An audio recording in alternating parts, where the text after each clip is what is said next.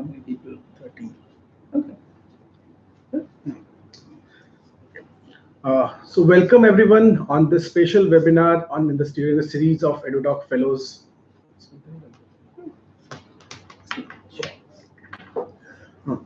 So welcome everyone on this series of webinar for the EduDoc Fellows program. I am very happy to welcome you all for this special webinar because this also marks the beginning of the fellowship that we have been working and envisioning since long now.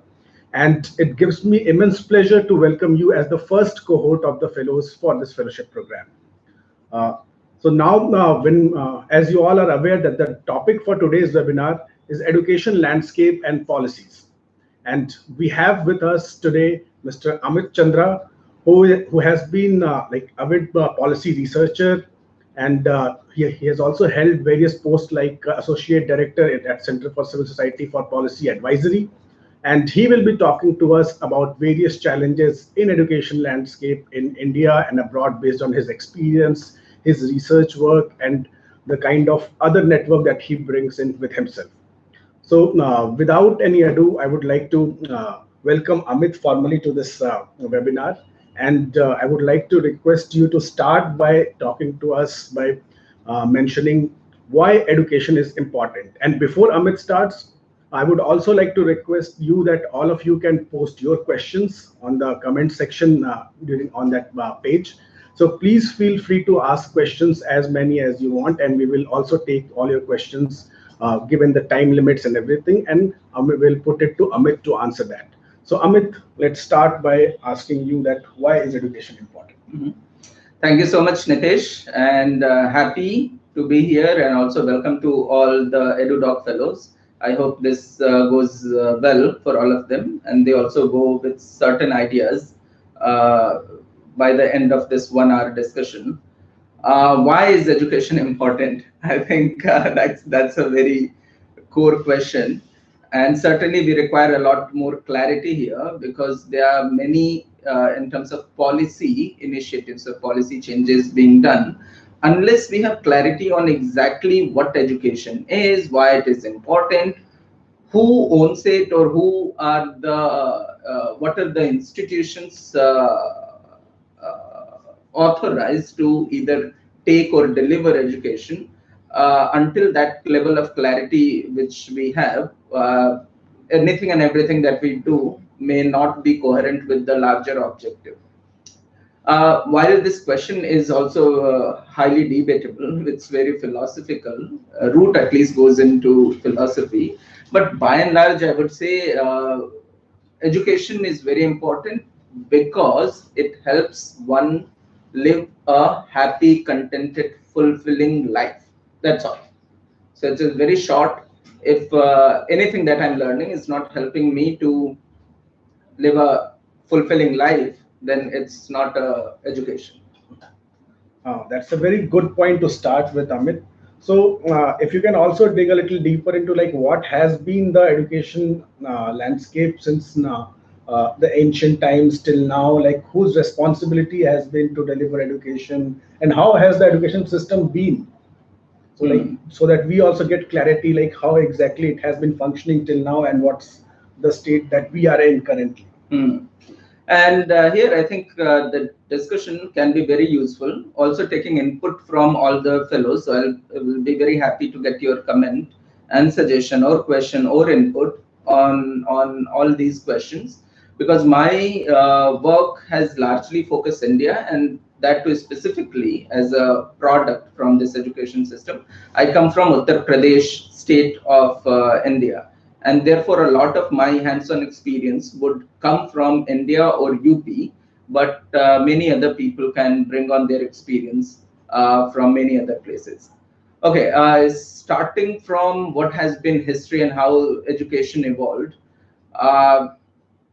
I think when humanity started and people started learning, and learning is something which is very natural. It comes to individual as to a child on its own. It's a very natural process. Now the key question is how the learning was facilitated, and specifically it becomes very important for any society to grow. For an example, let's say someone we know that one of the important invention in humanity was the invention of wheel. And if this knowledge was not passed on to the next generation, then each generation will have to struggle through in inventing the same wheel, right? And therefore, once the knowledge has been developed, then question comes up: how are you passing this to next generation? And next generation adds something else to else to else to, and this is how we know that wheel of society has moved, and from where like the Stone Age to today's modern area where we are talking about artificial intelligence and all. This is how society has grown up. Now, the role that education has played is largely this: passing on the knowledge and values and skills so that humanity could grow. Now, how it has been delivered, in my opinion, the readings I have done on education history tells me that initially it was done simple through parenting. Simply, it has been done through parenting, and later on, when it was also realized that the knowledge is becoming very specialized. So you require someone who has done extensively well in terms of, let's say, philosophy or polity or society or values or religion or mathematics or physical science, everything. And therefore, the specialization started in terms of imparting knowledge. Uh, and in that sense, it was pretty decentralized. Means anyone who has developed a key skill or a key knowledge could become a facilitator or a guru or a teacher to facilitate that knowledge. And therefore, I'll say it evolved in a very decentralized manner. Now you can divide this entire history into a couple of phases. One, I would start with the monarchy era, when there were kings, and so kings did not control on many aspects of education. Uh, at least as we know on Indian side of the story, it was like gurukuls which will provide education. So there will be a teacher uh, who would provide education, but what kind of education, how to deliver it, it's all depending upon this guru to think on. But at the same time, wherever there were kings, kings also either in some way or the other supported, facilitated, or helped in education process, with the larger objective of creating also a generation of warriors. So they also required soldiers who would fight for the region, for the king. So that was their interest. As we moved on to industrial age, I think a lot of focus then went on to developing education model, this entire system, uh, thinking of how do we kind of create workers. In India, now later on, then we say that when Britishers came, they also created a system where their larger um, goal was to produce clerks to work for East India Company, because there were only some thousands of Britishers who were there, but they required larger uh, set of people who could work for the East India Company or the British government here. So that was focused on developing clerks. Later on, when India got independent, I think by and large, not many things has changed in terms of what happens to be ultimate outcome, apart from uh, developing clerks. Couple of things would have changed, which I would then say, and therefore this understanding could be passed on across countries, is in a democratic country now, what are we required? And any democracy would not function unless we have a good citizenry. So today, I think by and large, our education system focused on developing citizens. And therefore, as I'll also go, democratic countries, which means government, which means political parties which will form government, and therefore in some sense the entire education in its aim to developing good citizenship is also in somehow focused on creating a generation of voters. I hope this was a That's a very short summary of a very long era. No, that's a very interesting viewpoint that you have brought here, Amit. Like how the current system, like the relevant system, was actually to bring the things, bring the kind of citizens, people, workers, depending on the requirement of the state or people who were like leading the system at that time. Now, before we go any further, I would like to welcome all those fellows who have joined us later. So just to update you about the things that have been discussed. So we have been discussing with Amit till now about like why is education important, what has been the historical progression in education system in India and worldwide otherwise. So basically, like we have been trying to explore till now, like how exactly the education fits in a human life, and there were like many interesting points, like how can the education be the tool where our aspirations of moving forward are met with the relevant skill sets available in the current uh, age in that way. Now, before we move forward, like I would again like to welcome you all to be part of the EduDoc Fellows. EduDoc Fellows program in the first year, we have, and just to give you an update, that we received 151 applications from all of you, out of which like we shortlisted 62 of you to be part of the exclusive fellowship cohort for the first time ever in the history of world. And all of you, the 62 of you, are representing 9 different countries. So congratulations to all of you to coming this far and now continuing with us on this journey of being an EduDoc fellow. Now coming back to our topic of today, education landscapes and policies. And like yeah, you can also type in your questions, uh, so that you can also like put your questions for Amit, for us, for anyone that you want to ask the question to. While you move on to your next question, in between, let me ask a question to the audience here. Yeah. So by the time we are discussing, we'll also get answers from you, and depending on that, we can further build up this discussion.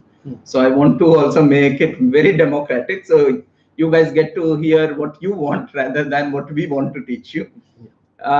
Yes. So think of a democratic value that is most cheers by you, which you think any education system must adopt, right?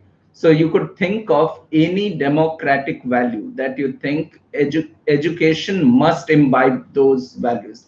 Think about that and write in the comment box while I take the next question from Nitesh. Yeah. So one democratic value. We are looking forward to it. And the next question that we have for you, Amit, is that what should be the key focus area in education system? Because there have been long the conversation about input, output, outcome. So where exactly should the focus of education system be? I think definitely from my side, it's outcome. I mean, that is one way, at least I understand, is all of us need to be focused on is what ultimately we are getting out of it. And that is where actually at times I get frustrated when I think so many things happening in terms of either our time, energy, investment, going, but still if it is not able to produce result, then I simply think it's not useful. So I simply go by the law of science, which says any work, unless the work has been delivered, work is not done. So I'll go simply for outcome.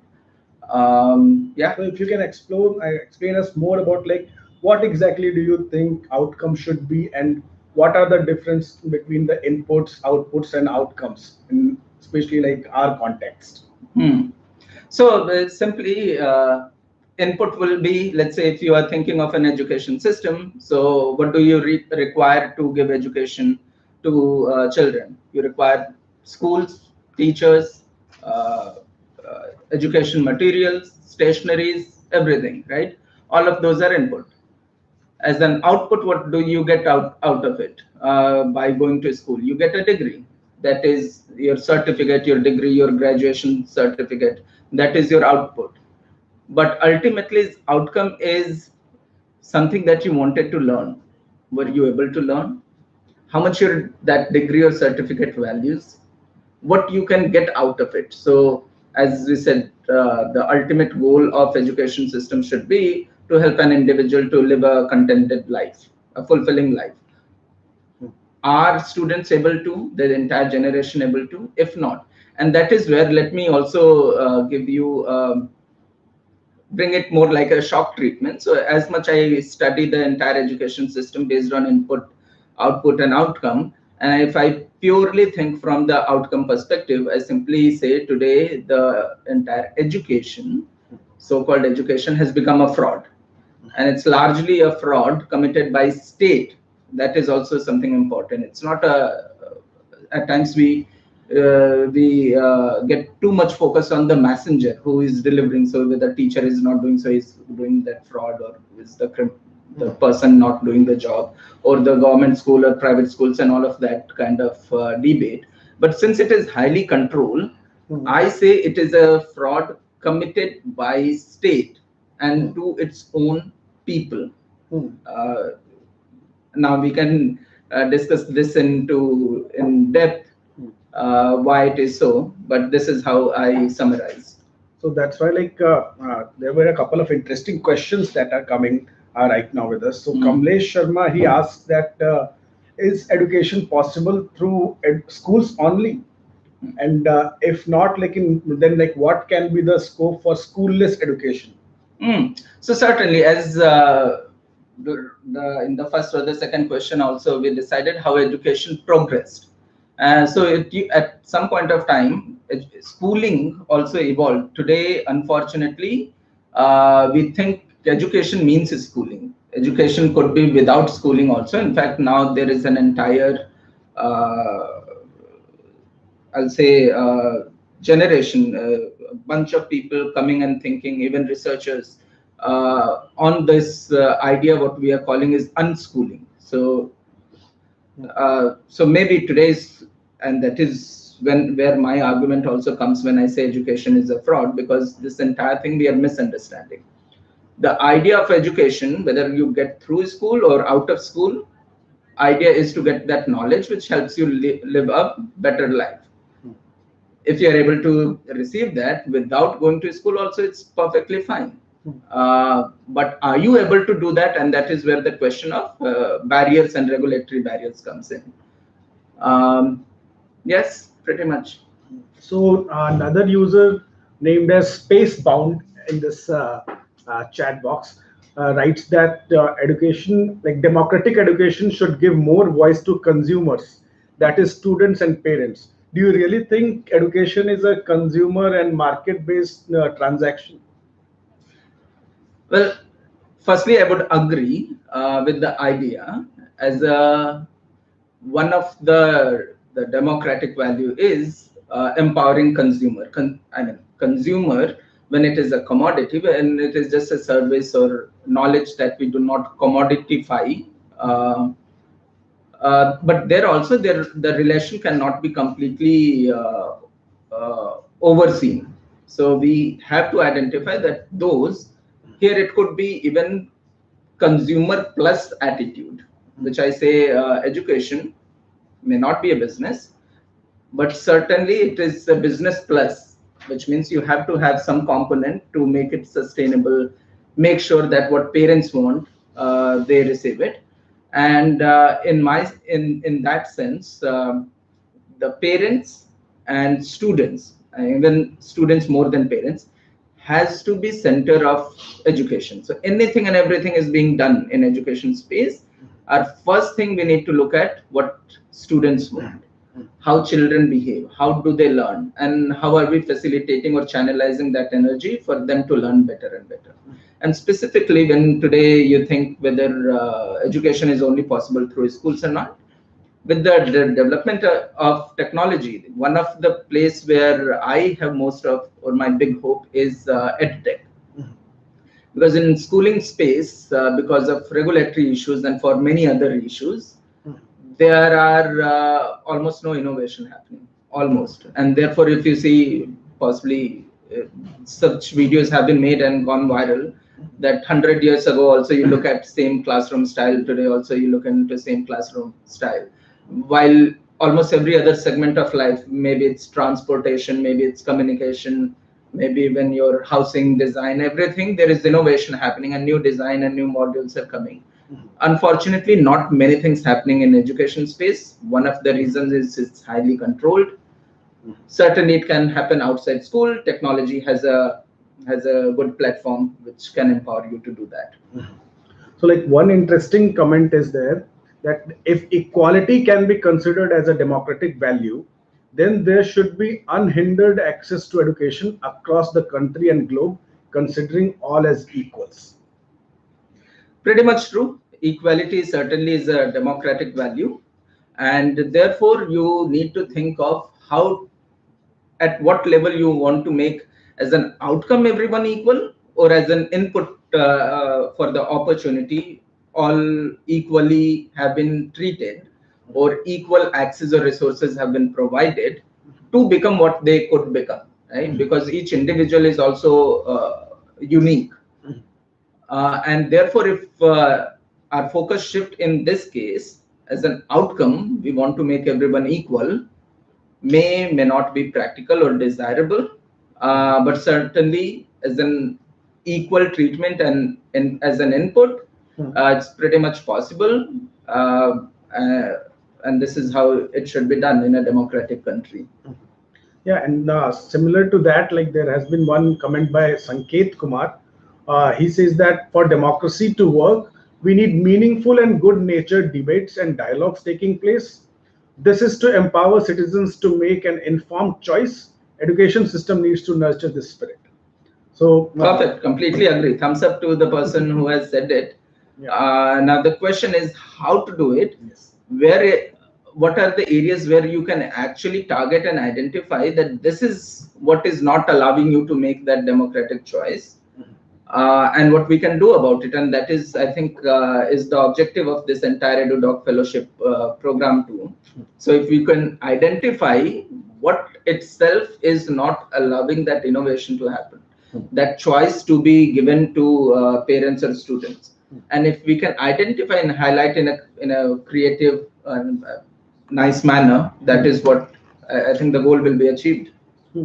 So Aditya asks to you, Amit, that how to improve the evaluation system for students in education landscape, how to improve judgment of a good student, is there work being done about it? And adding to that, I will also add the question that we have for you prepared, that like looking at the education landscape holistically, what do you see is the basic problem? Is it the implementation problem that we are facing, or is it a policy paralysis, policy problem that we are looking at when we talk about challenges in education system? Very clear answer to your question. Whether it's a problem of implementation or of a system design, I would say it's a problem largely of system and design. And why I say so is, if you look at implementation, right, and there is somewhere bad implementation of any idea is happening. For an example, let's take evaluation. So you realize that this mechanism of evaluation is not suitable, it's not working out, and therefore you want to change it. But if you're not able to change it, and the bad model sustains for a long period of time, even whether it is giving you a result or not, then it becomes, I identify as this problem of the system. It's a systematic problem, it's a policy problem. And that explains all. Now, when the question comes up of what is that evaluation model? So what could be an ideal model of evaluation? That's a very tricky question, because then we also need to think of that when we say each student as an individual is a unique. So a child born has a different learning pattern, and anything which is becomes standard, and we impose that on student, I think that itself is not justified. And therefore we need to find out very customized, local, student centric evaluation system. Now, what that could be and how that could work, I think largely this question should stay with the teachers, the principals, the the parental engagement there. So largely parents and teachers, and that is why it becomes very important that they come together. They are the one who spend most of the time with the student, and they find out a customized model, which is also not giving good, I mean, creating pressure, undue pressure on the child. It also allows the child to learn in a very natural way. One of the ways I have seen a school evaluating the student is, number one, it allows the students to learn what they are interested on. But at the same time, once the child thinks that he has learned something, the school simply asks to teach this particular knowledge to 4 other students in the class, either of the same class or junior students. And if the student is able to teach that, so something I learned, I am able to pass on to you, which means I have learned it, right? Yeah. So that is a very easy way of evaluation. At the same time, it doesn't give enough pressure that I have to go and explain to someone who is, very knowledgeable than me and impress upon. So which becomes like a pressure thing. I know it's a friendly conversation with a friend, with a colleague, and in the same kind of language style that the student understands. So there is no pressure, there is fun, there is joy, and that could be one way of thinking about it. So no, just no. Your comment about talking in the language that no, we all understand, that also reminds me that this is actually a bilingual webinar that we are doing. So I will request all of you to hold on to your question for the next 5-10 minutes, because we are going to have few questions repeated in Hindi for our audience.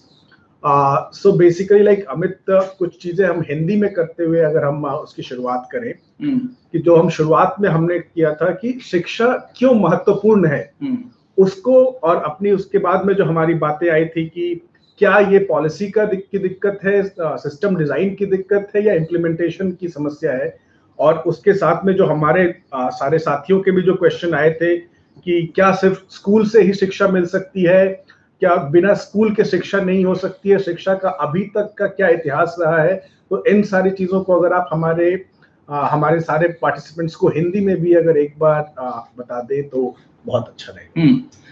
ठीक है, हिंदी में भी करते हैं, और इसके बाद जो जितने प्रश्न लेंगे हम उसको bilingual, will make it English, तो वो सबको समझ में आता रहे same time, so translation will not be required.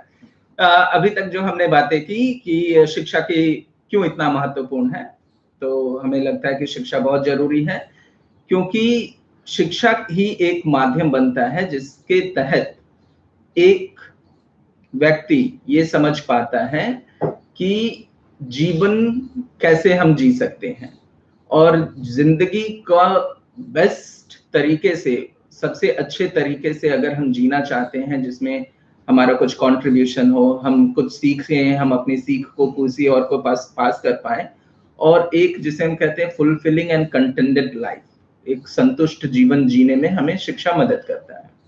और इसीलिए हम शिक्षित होना चाहते हैं, क्योंकि हम अपनी सारी चीजें कर सके। तो शिक्षा का इस संदर्भ में केवल ये मायने नहीं रह जाता है कि हमें लेटर्स पहचानने आते हैं कि नहीं, कुछ लिखना आता है कि नहीं, सवाल कुछ गुना भाग करना आता है कि नहीं, उसका ये महत्व रह जाता है कि हम जितनी चीजें सीख रहे हैं उसका अपने जीवन में हम कैसे उपयोग कर रहे हैं, और उस उपयोग के माध्यम से, एक उदाहरण के लिए, जैसे हम अगर सीखते हैं कि हमें सुरक्षित स्वास्थ्य वर्धक चीजें खानी चाहिए या पीनी चाहिए, और उसका मैं इस्तेमाल करता हूं, तो मुझे मालूम है कि मुझे एक स्वस्थ जीवन जीना है, तो क्या खाना चाहिए, क्या पीना चाहिए, ताकि मैं स्वस्थ जीवन जी सकूं। अगर वो मैं शिक्षित नहीं हूं, मैं कुछ भी खा ले रहा हूँ, कुछ भी पी ले रहा हूँ, किसी भी टाइम पे कुछ भी कर ले रहा हूँ, जिससे कि मेरा जीवन पे, मेरे शरीर पे कुप्रभाव पड़ रहे हैं, तो that will not help you lead a good life. So just moving forward, since all of you are aware that the theme for this year's EduDoc is policy challenges is one of the core theme areas that we are exploring in education space for this year. जैसा आप सबको पता है कि policy के क्षेत्र में, शिक्षा नीति के क्षेत्र में क्या क्या चुनौतियां हैं, वो एक्सप्लोर करना इस बार के EduDoc का एक बहुत महत्वपूर्ण थीम है. So I would like Amit, you to talk a little bit about like what, according to you, are the basic core and bigger challenges in the education policy landscape. Challenges तो बहुत हैं, अगर practical level पे देखें, और उन challenges का जब मैं when I also said that education today has become fraud, एक ये बहुत बड़ा चीटिंग हो रहा है हमारे जनरेशन के ही साथ ही, तो उसमें हम और सारे इसके एग्जाम्पल निकाल सकते हैं कि वो क्यों, कहाँ, किस लेवल पे, कैसे हो रहा है. लेकिन अगर ब्रॉडर फ्रेमवर्क में देखें कि जितने भी सारे प्रॉब्लम्स है, वो प्रॉब्लम्स है क्यों और उसका लार्जर फ्रेमवर्क क्या है, तो उसमें जैसा एक साथी ने यहाँ पे ऑलरेडी बताया है, someone already has put in the comment also that it needs to give choice to students and parents, right? ये बच्चों को और उनके माता पिता को एक चुनने का अधिकार देना चाहिए. वो हो रहा है कि नहीं, एक उसको मैं पैरामीटर बनाऊंगा.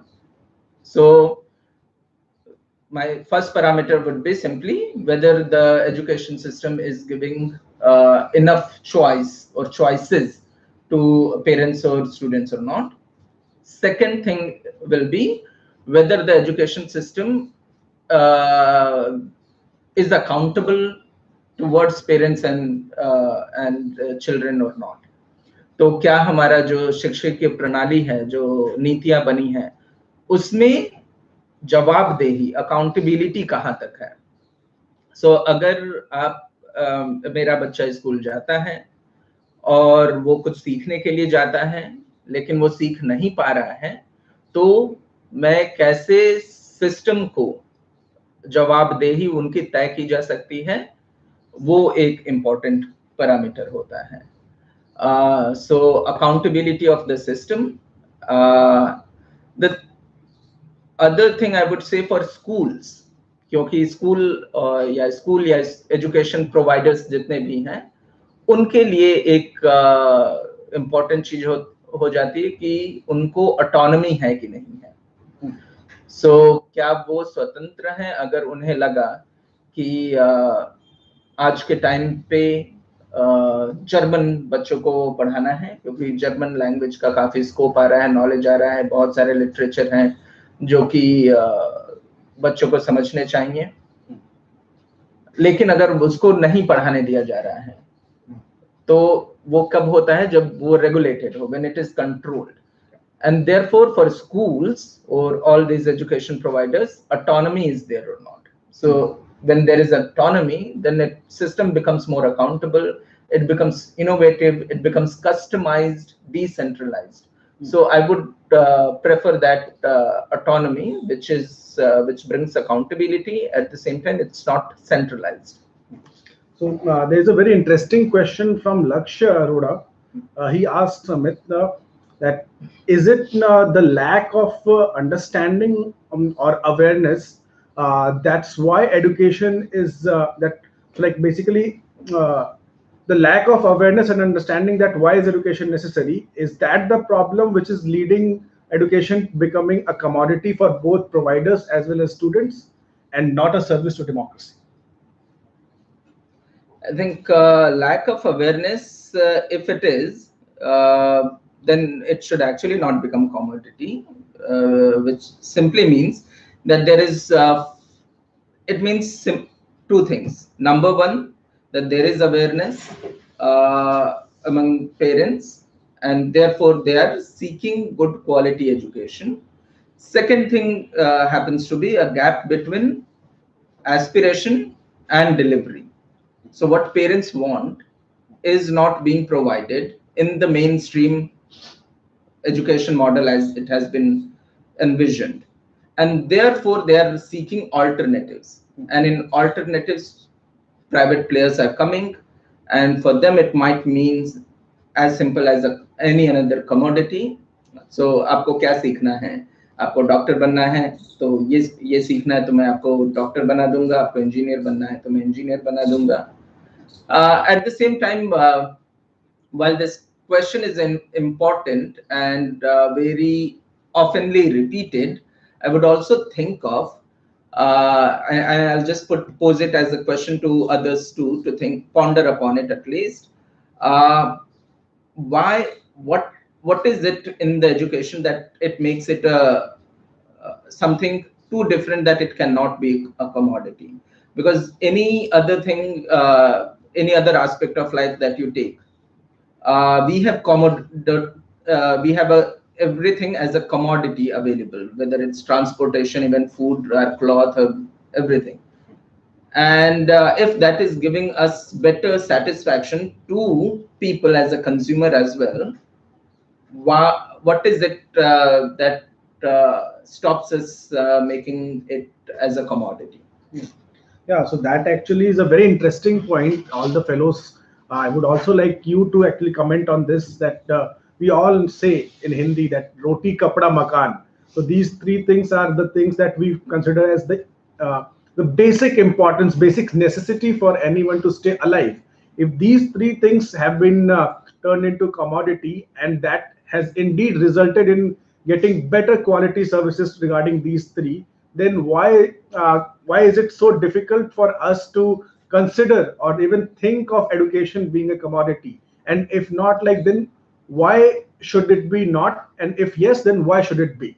So like let's we would like to listen more from you, from your perspective about this question for sure.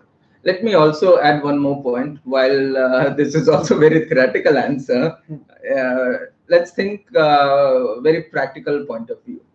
So simply, I'm sending my child to school, thinking of that he would learn something from school. And if he's not able to learn, what can I do? And while I also think that let's not make education a commodity, it's something, a great noble service done. But when I'm expecting, how can I expect to for a noble service when I am not even getting something as basic standard? And let me give you an example here. We all would have heard of ASER report. There is this organization, sorry, what's the name of the organization? Pratham, that conducts and comes up with this research.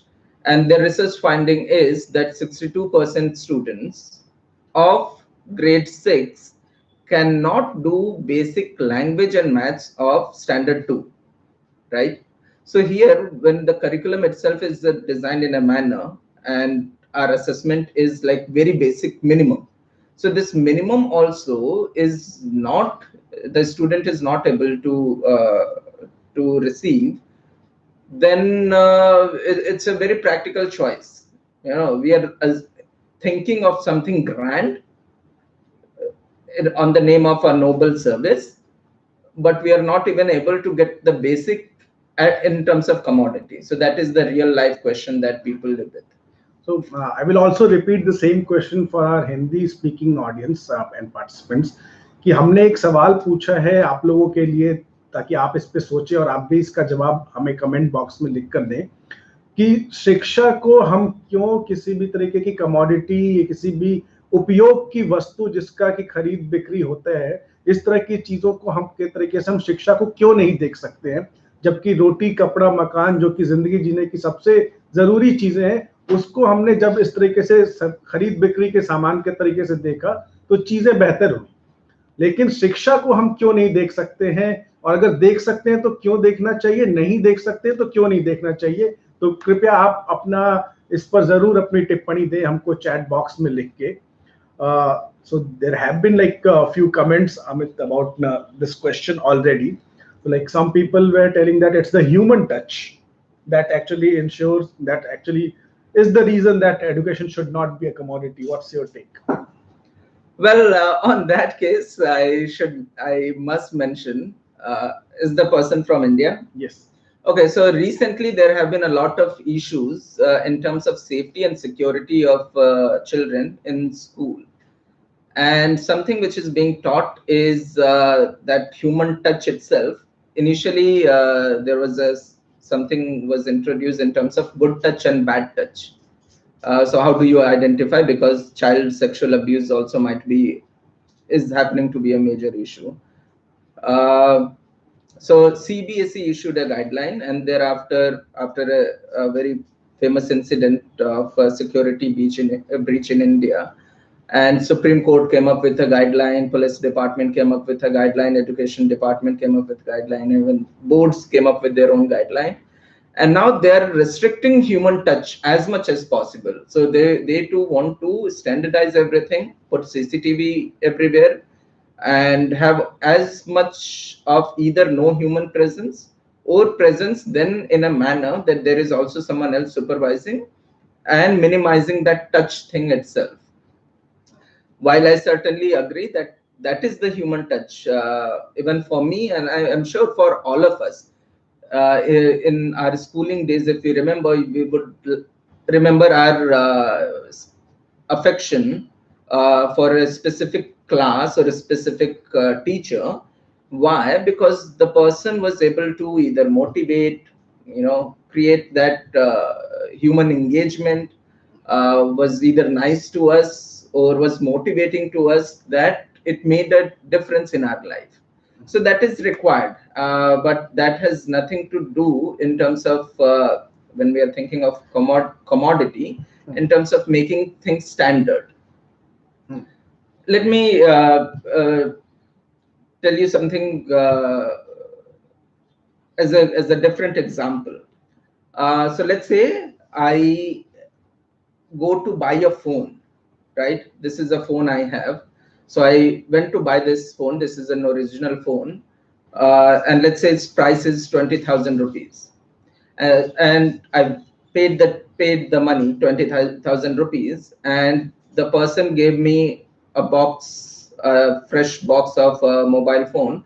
I go back home, I open the box and I find that there is a phone, but that phone is a dummy phone, right? So it looks exactly like the phone I wanted to buy, but it's a dummy phone. It's not the real phone.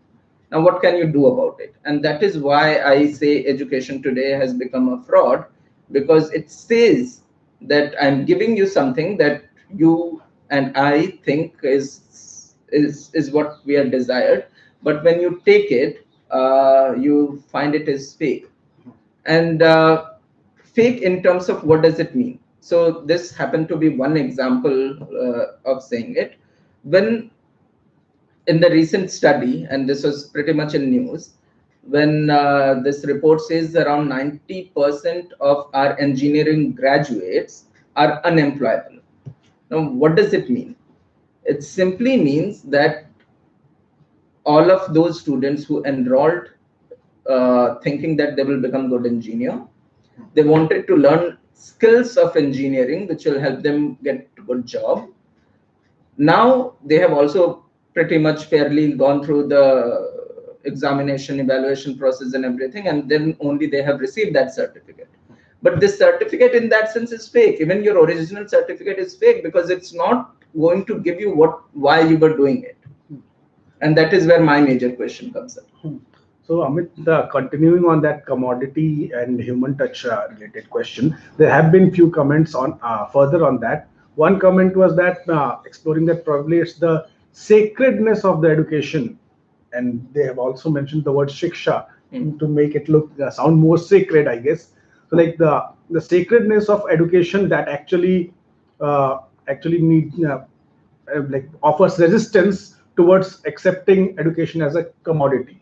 That's one. And then like some people were also saying that human touch doesn't necessarily mean the physical touch, yes, exclusively, but also like the other personalization part of it. So if you can just cover these two things also. Certainly, and I'm not sure कि आप लोगों ने जब हमने ये discussion शुरू किया वो पार्ट पे थे या नहीं थे, जब हमने बोला कि कैसे एजुकेशन इवॉल्व हुआ है. सो वी सर्टेनली, वो बात काफी हद तक सही है कि आपको एक कस्टमाइज्ड शिक्षा पद्धति चाहिए, स्टैंडर्डाइज नहीं चाहिए. हम सबको एक तरीके से ट्रीट नहीं कर सकते हैं, और वो आपके टीचर्स और पेरेंट्स ही बेस्ट तरीके से समझ पा सकते हैं, और वही होंगे जो उसमें ह्यूमन टच लाएंगे, मोटिवेशन लाएंगे, इंस्पिरेशन लाएंगे.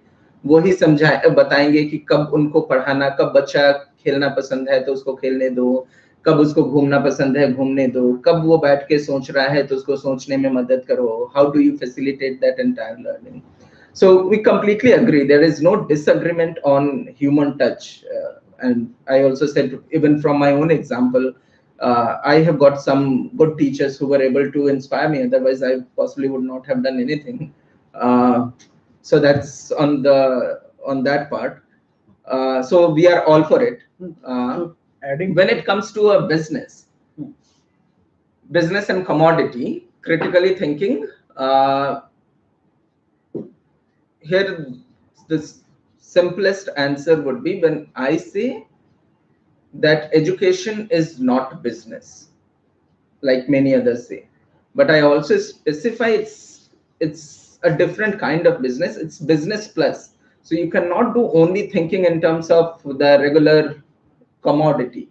It's something way beyond this, but you cannot say it is not business. It cannot be a commodity. It can be commodity plus something else as well, wherein all of these human touch and other things comes up. Because if you are thinking of a great service, but you are not able to sustain it. So I am doing, let's say I become a teacher just because it's a noble profession. I know I can transform many lives out of it. लेकिन मैं उससे मुझे 1000 रुपए महीने का भी नहीं मिल पा रहा है, और instead of transforming life of many, I am not able to transform my own life.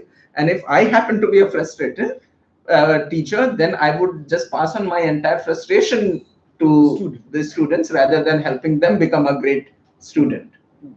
Oh, that's a very valid point, Amit. Now, bringing the conversation back to our core theme, which is the policy challenges in education space for EduDoc, and especially we want to have this workshop, this webinar, especially discuss and explore ideas which can also give you fellows some understanding as like what kind of stories that you can explore at your own local areas, in your field areas, to especially steer into these ideas into a film for this competition, for this fellowship especially. So my question to you, Amit, is especially right now we have explored what are the different policy challenges, what can be the basic policy principles that are to be followed, whenever we think about any implementation or policies in education space. Just to summarize it again and revise it. One is if the education system is providing choice to students and parents, and is it accountable to them or not? Whether the system is accountable to them. Whether the system is accountable to them or not.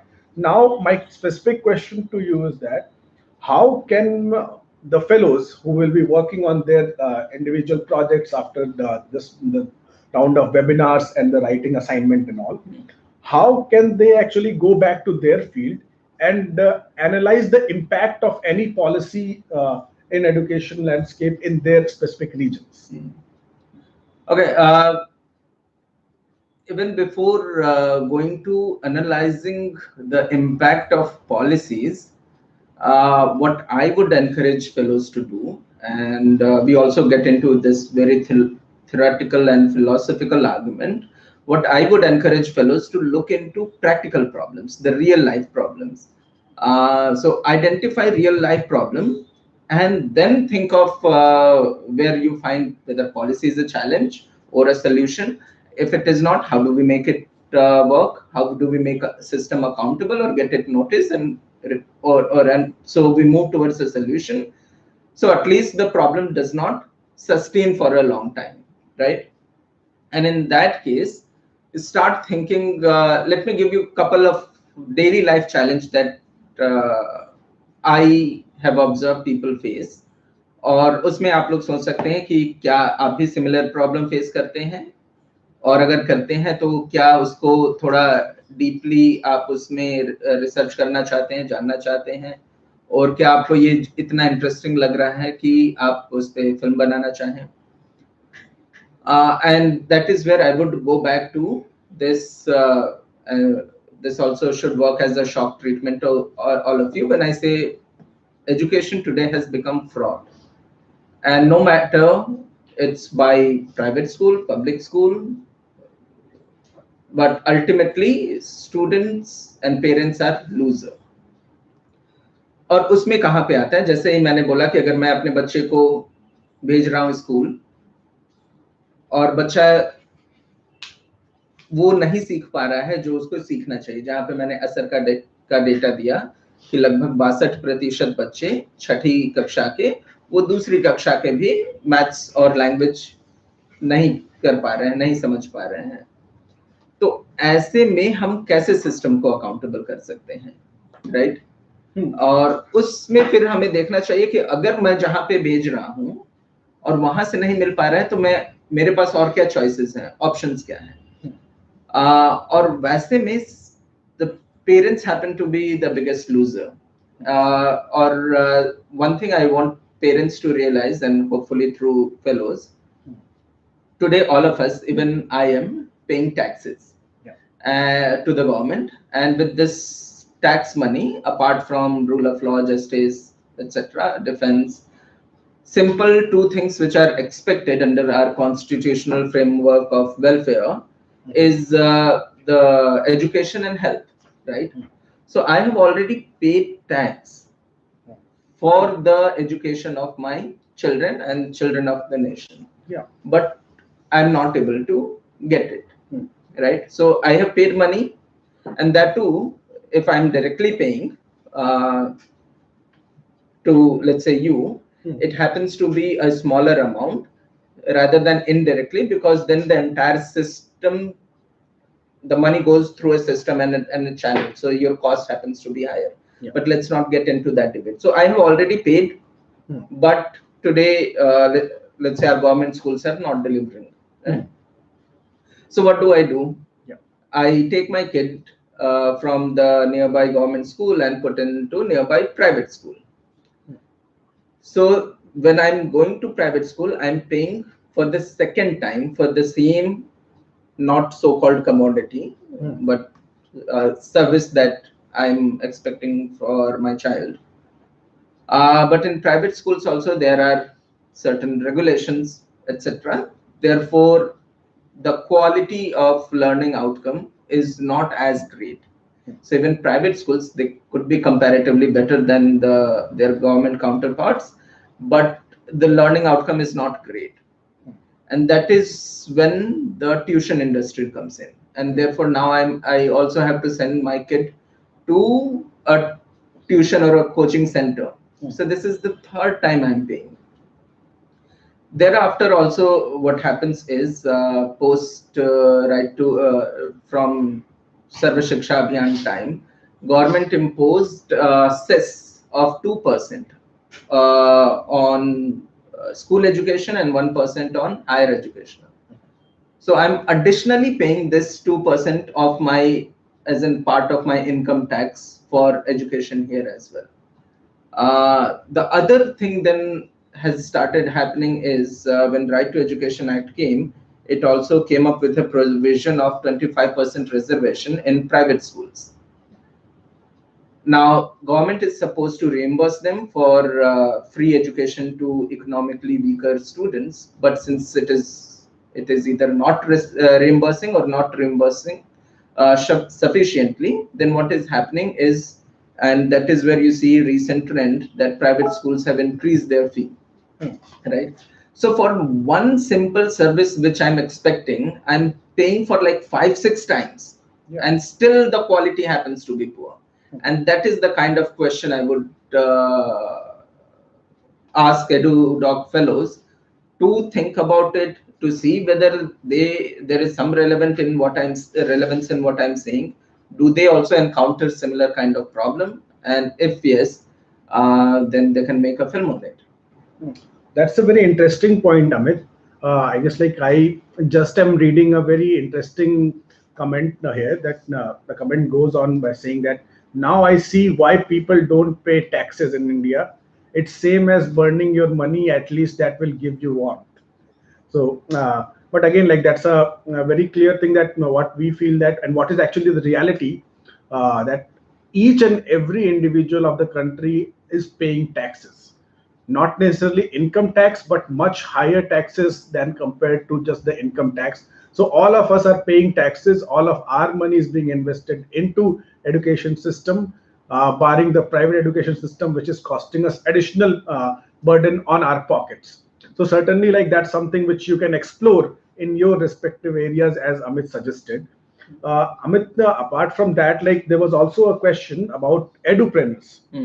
So like people are asking that why there are so many licenses and regulations are required to open a school to become an edupreneur, and how can these edupreneurs avoid the political muscle which comes despite uh, abiding to these regulations and working under these licenses. And I would also like to add a specific point to that, that how can they explore this point in their areas while making a film. Difficult question for this to answer, but can you break into two? So first part of the question, then I take the second part of the So question. first one is like why licenses and regulations are required in this many innumerable numbers for opening a school or any education solution in that. Okay, I give you a very simple answer.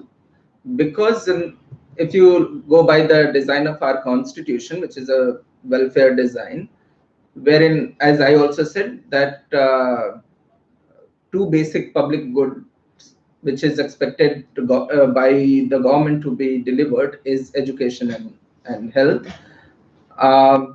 And therefore, if you look into all, right from the independence of India, all the policy documents, whether education policy of 1956, 68, 86, or the recent one that government is aiming to draft, or relevant state education act, largely you will see the approach that government takes because of its model is providing education through government schools. So that's the main approach. Only as an alternative to this main approach, as an exception to the rule, comes up as a private school. And therefore, the education policy happens to be discriminatory, what I say, or biased. And therefore, what happens is when government is creating rules, regulation, policy framework, it would have a facilitative approach for government schools, whereas restrictive approach or controlling approach for private schools. And therefore, actually, what real life example I can give you. So if in my neighborhood, I see there is a government school which has poor infrastructure, has no library, no laboratory, no provision of clean drinking water, etc. What do you think the approach of education department will be? They'll simply say, okay, we'll invest more money, we'll work together, we also require contribution from local people, etc., etc. So the entire approach will be, let's make it work. Right? If the same thing happens into a nearby neighborhood private school, the approach of the education department will be, these guys have been charging money, possibly exploiting people, and therefore let's shut them down or penalize them, etc., etc. So that happens to be a discriminatory bias because of its policy approach itself, which comes from the welfare model itself. So before we move to the second part of the question, there is another related question that has come from Sanket Kumar.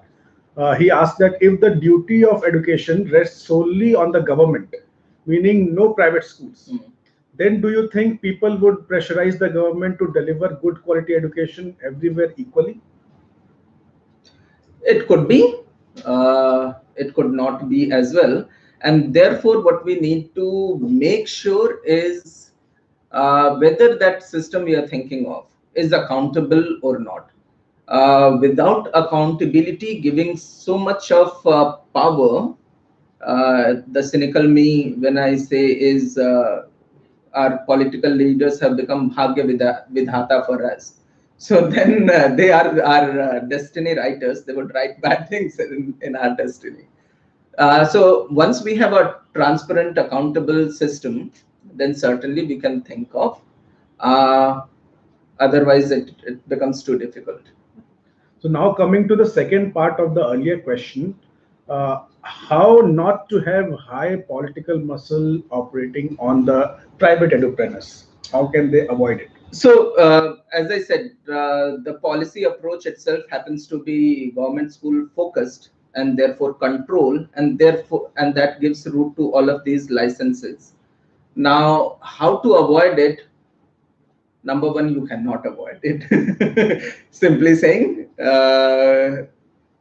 unless you do two things, which will require paradigm shift in Indian education system, not only Indian education system, also world education system, and thinking of common masses, which will be number one, say, uh,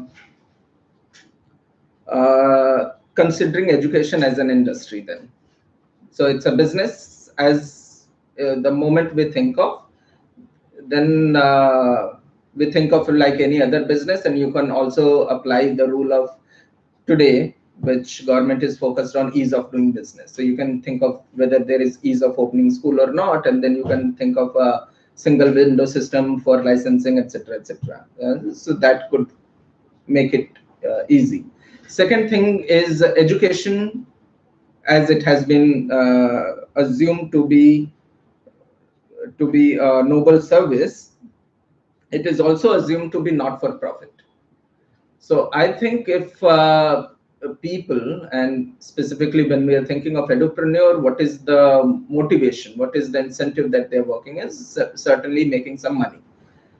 So you need to legally allow them to make money. If you are not, then what happens is entire syndicate runs illegally.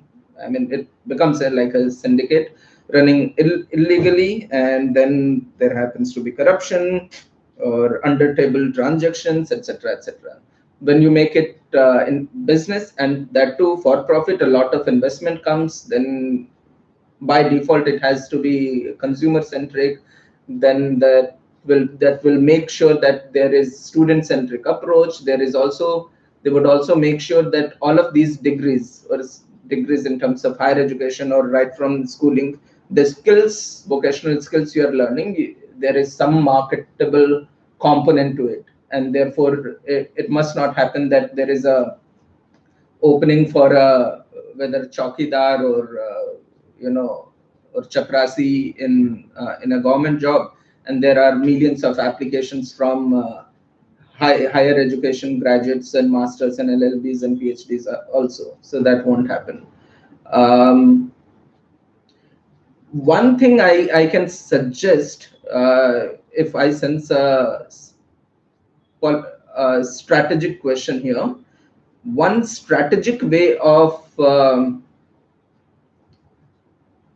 getting things easier for edupreneurs or private education providers could be that if they allow their manforce meaning human resources that they have available, offer them for free to government as a poll election duty. That could be one strategic way of making themselves heard. Yeah. So that's like a very radical suggestion. I'm sure that not many people would, on principle, come out in open and say that, but that can be like the practical solution, which I'm sure that a country like India doesn't function in. But yeah, let's try to explore more about it, Amit. So, what do you think, especially about this section of edupreneurs, licenses, regulations, and political muscles? How our fellows can take these issues and explore the stories in their own regions to be converted into a film?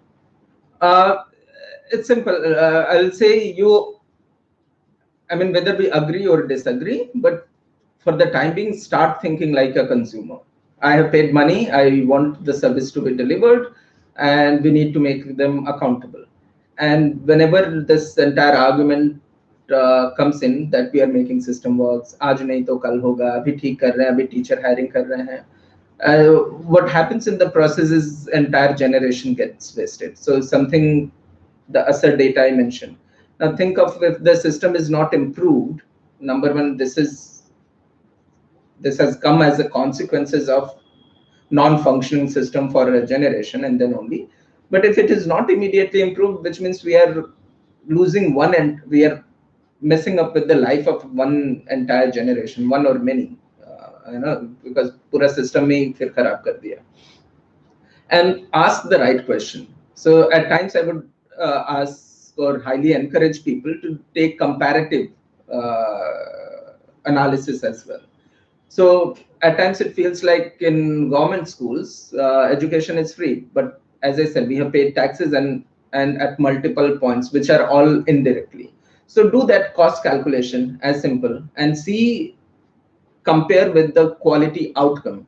And that is where I can actually mention Professor Geeta Gandhi Kingdon. If you Google it, you'll find it, has done a research paper on the same. So what she has done is, number one, she had looked at the expenditure, government expenditure, so per pupil expenditure, what is that? And if you think that ranges between 1,300 rupees per month per child to around 2,500 rupees per child per month, and then correlate with the learning outcome कि बच्चे ने उसको सीखा क्या है.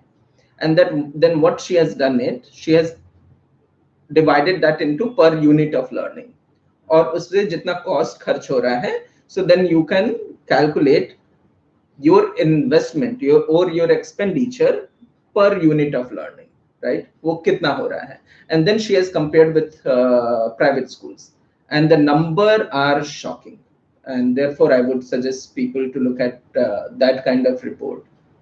So we certainly would like to try and share with you the whole report that you can also study at your end and come up with your local relevant data about that. But yeah, as Amit was saying, that you actually are required to frame your questions and try to see comparatively. And just like as a filmmaker trying to explore any idea, what I'll also suggest you from EduDoc team's end, that let's for a change try to think as a consumer of education system. Let's try to figure out, like, let's try to explore the possibility that, okay, what are the benefits that we are getting as a consumer from the system? Because like we are investing money in the system, we are giving in our resources and tax money into this, into ensuring that the education system sustains. Then what are we getting as a return from it? That can be a very good exploration point for you to, especially like in your local regions, in your respective areas, and then connecting it to your respective states expenditure and all, to see like how exactly that things reflects. And there might be some interesting things that you can explore in the process. So something I mentioned about research done by Professor Geeta Gandhi Kingdon, but this is more in terms of theory side. Once again, you can pick up some study done from the practical side. And there I can mention this real life research done and then documented as a study done by Professor Karthik Muralidharan. He did a study in Hyderabad and he compared. So he compared the performance of school-going students into government school and similarly low-cost private schools. And there what he found was that while the low-cost private school students had slightly higher learning, but not really significant different learning, but the key outcome was that the similar level of learning in private school comes at 1/3 cost of the government school. So if you can, so it's more like a 66% discount for anything. So I can buy this phone for 10,000 or 3,300. So choice is yours. So there is an interesting question from Sandeep. He asked Amit to you that I doubt everyone has same quality of education And if so, does it mean that education is for only those people who can afford it or have access? So when this question of access is coming, and if you take current data, around 95% of school-going children, like enrollment at the primary level, has gone up to or even beyond 95%. So problem of access pretty much we have solved. Now you would find at least one school in the radius of 1 kilometer. Now question comes up, yes, of the quality of education, and specifically if the democratic value we champion of equality, and that is certainly not. Now that's a very good question.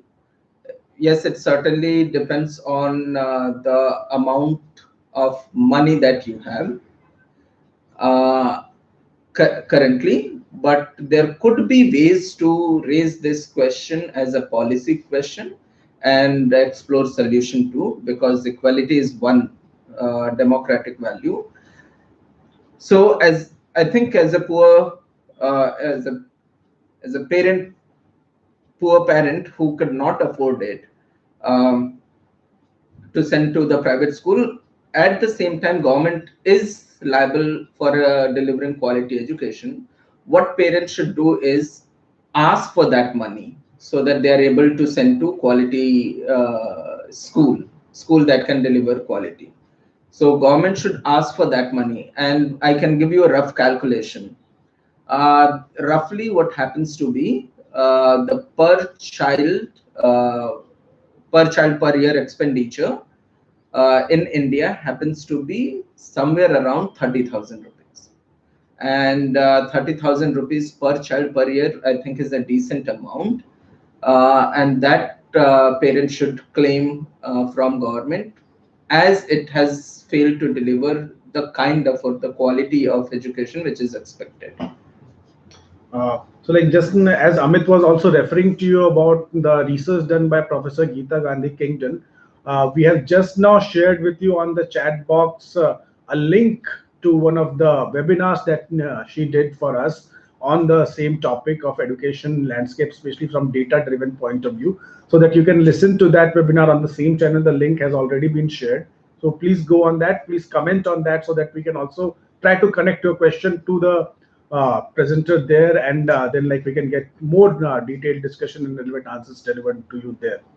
Uh, our colleague has also posted one article that we have written on Quint on homeschooling, since there were lots of questions coming on homeschooling, and given the time frame that we are operating in, we don't have the bandwidth at least for this webinar to ensure that we take all the questions on specific topics. But certainly these kind of resources, these kind of discussion instigating writing and videos and other things, we will keep sharing with you, so that on the course platform we can continue with the discussion. We will also have Amit and other faculty members who will be joining to on that platform, so that you can also keep that conversation going on moving forward. Uh, so Amit, any specific ideas, like just exploring the same thing from the EduDoc fellows perspective, like what few things we have explored till now, that what can be the frameworks, what can be the relevant things that they are going to look and watch out for while going to the field, like from the edupreneur's perspective, from the policy perspective, from the other what can you suggest any other viewpoints that they should now go back into their field, in their community, in their neighborhood, with their friends, with the edupreneurs or the educators, government school people that they know, to go back with what kind of questions that they should go with to begin with? So I would encourage fellows to, number one, identify local problem, any problem that you see, observe around your area. You can also share with us, and we can also help you explore some possible solution. But if you are at least able to highlight those problems properly without even thinking of the solution, because for let's leave the solution to the experts for the time being. We can certainly suggest, and everyone can make their own suggestion. but even for the time being, we skip solution. Can you identify problems well and highlight? How would that help? That would just work as showing mirror. This is the great virtue I find, great benefit from the assay report. It simply shows the mirror without saying what needs to be done or where exactly the fault you did. But here is the exact outcome, and which looks too ugly, right? So if we can simply bring out all of those problems, largely from students' perspective, from parents' perspective, from teachers' perspective, from as a citizen, as a taxpayer's perspective, from let's say family member's perspective, as a brother's perspective of what my younger brother is going through, etc. Those could be very helpful. I can give you some example where I identify problems, and if you relate to it, you can pick those, or you can explore something similar. Um, One thing recently, very disturbing news came from, once again, Uttar Pradesh, and but similar news then started coming from other places too, uh, different states of India. Is when we have a body called CAG, Controller and Auditor General of India, which is an auditing body for government expenditure. And in India, we came up with this unique ID system, Aadhaar. तो पहले हम हमें exactly हमारे पास data ही नहीं होता था कि पूरे एग्जैक्टली बच्चे इस डिस्ट्रिक्ट में, इस ब्लॉक में, इस गांव में कितने हैं जिन्हें हमें स्कूल में लेके जाना है, right, when we are talking about the problem of access. और फिर उसमें बहुत सारे फेक डेटा भी आते हैं. सो when this was the children were tracked through Aadhaar, then this anomaly came in to light that CAG says around 1.1 crore children who had fake, I mean, school had fake enrollment of 1.1 crore children, right? Now, someone needs to dig this deeper. एक तो fake enrollment, then why fake enrollment? And if let's say if it was linked with corruption or corrupt practices, for an example, where my hypothesis goes is there are several freebies. लगभग 14 item हम free में देते हैं, चाहे वो mid day meal हो, stationery हो, shoes हो, बुक्स हो, यूनिफॉर्म हो. So all of this is money. So if you think, let's say when we take simply mid day meal, and और उसका एक बच्चे का 10 रुपए का भी वो मिड डे मील रोज का होता है, और 1.1 करोड़, 1 करोड़ भी ले तो आपके वो 10 करोड़ रुपए हर दिन के, यानी वो फेक में कहीं किसी और के जेब में जा रहे थे. और उस हिसाब से अगर आप महीने का करें तो 300 करोड़ हो जाएगा, साल का करें तो आई डोंट नो 3,600, हाँ कितने करोड़ हो जाएगा. So similarly, all of these corruption. So in terms of its, I say it's not a major problem of investment. So money is going, but where there is leakages and corruption in the system. So अगर कोई इसको identify करके, इसको dig करके further बनाना चाहता है. Next, also I can give you, I'm just taking it as an example, and this happens in every state. और आप लोग अपने स्टेट का पता कर सकते हैं. सो इस बार के यूपी के बोर्ड एग्जाम में around 10 lakh students did not take exam. तो board exam, high school board exam में 10 लाख बच्चे बैठे ही नहीं. अभी ये क्यों नहीं बैठे? सो नंबर वन, मतलब कि 10 लाख बच्चों ने अगर फॉर्म भरा है एंड एग्जामिनेशन फी पे की है, तो certainly they wanted to sit in the examination or take that exam, get that degree. तो वो हुआ क्यों नहीं? And that is a question needs to be digged into. उसके ऊपर भी मैं I can give you my hypothesis, but let people need to figure it out. Then there is a concept of aided schools, right? Aided schools को पैसे जाते हैं, किस terms and conditions पे उनको फाइनेंशियल सपोर्ट जाता है, क्या हम उसमें भी देख सकते हैं कि उसका अकाउंटेबिलिटी कैसे रहती है? The other case that people can pick up is now, क्योंकि लोगों को हालांकि इस पे प्रॉब्लम है कि एजुकेशन कमोडिटी ना बन जाए वगैरह, लेकिन फिर भी क्योंकि बेसिक्स भी नहीं मिल रही है, तो बच्चे जो एक तो फ्री में और उसमें भी ज्यादा मनी एंड लुक्रेटिव ऑप्शंस के साथ भी गवर्नमेंट में के प्रोत्साहन योजना के बावजूद उसमें से निकल के प्राइवेट स्कूलों में जा रहे हैं। वो क्यों जाना पड़ रहा है, और अगर वो जा रहे हैं तो यहाँ पे बच्चे नहीं हैं या खाली हैं, तो उस फिजिकल स्पेस का कैसे इस्तेमाल हो रहा है वगैरह, उस पे भी अध्ययन कर सकते हैं।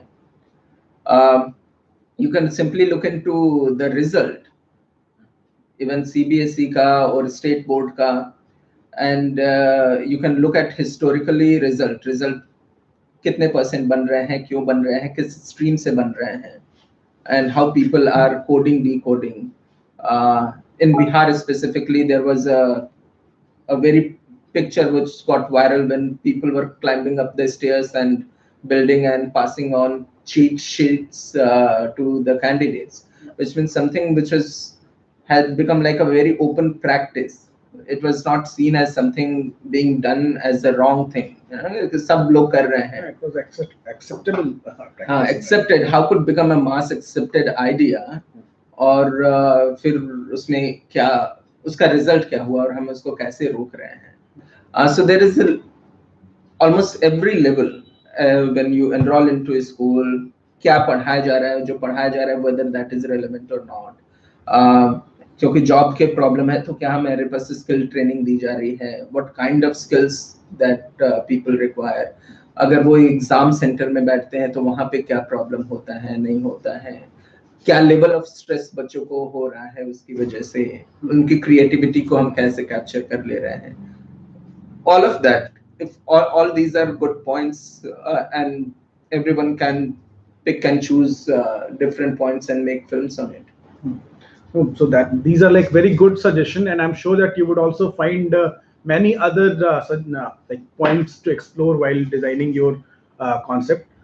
Just to give you all a time check, we have 5 minutes before we close the webinar. So in case you have any other question related to the idea of education that you want to explore while making your film, then please put it on the comment box. There other specific questions exploring the theories and the objectives of various kind of models that I can see, but I guess given the time limit we have, let's continue this conversation over the course platform that we have created for all of you, and we will ensure that the experts are also part of that platform and they will be answering your question. The same question about the concepts and theories can also be taken with your individual mentors once, like you will be assigned one.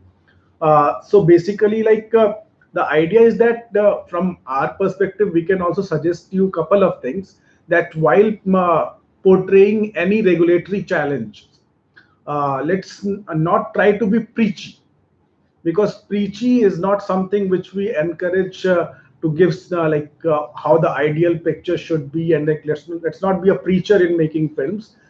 Secondly, like what we will also request and suggest you, that while picking up stories of any individual or like any edupreneur or anyone, let's also not try to make it as a hegemonial one.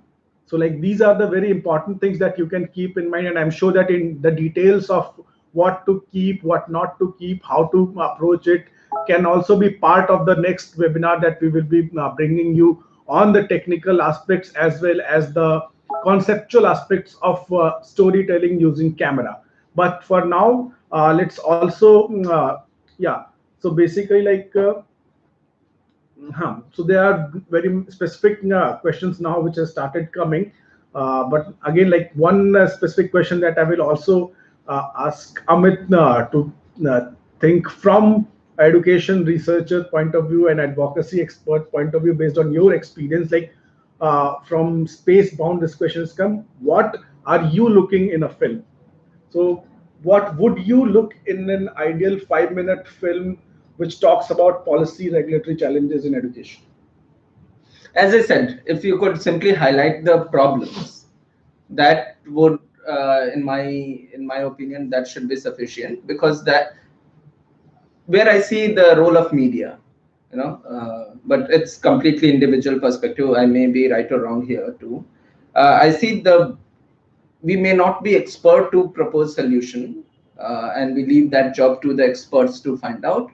What the best we need to do is highlight the real life problem, right? If we are smart enough to dig into the problem, go to the deeper level, think of also solution, also find out if there were similar problem in a different society, country, state, and how they dealt with, all of that can be done. But if not, the simplest thing is highlighting the problem, real life problem, and real life choices that people have, and real life situation where there is no accountability and there is no choice for people. That should be a good one. So yeah, that was like very aptly explained. Now, like there are some comments coming from you, or questions rather, that can be explored. People working for class 10, 10th failed students, is board examination even a bona fide system of evaluation? So I guess all of these questions that are coming in your head, these actually come as a very interesting starting probing point for your idea.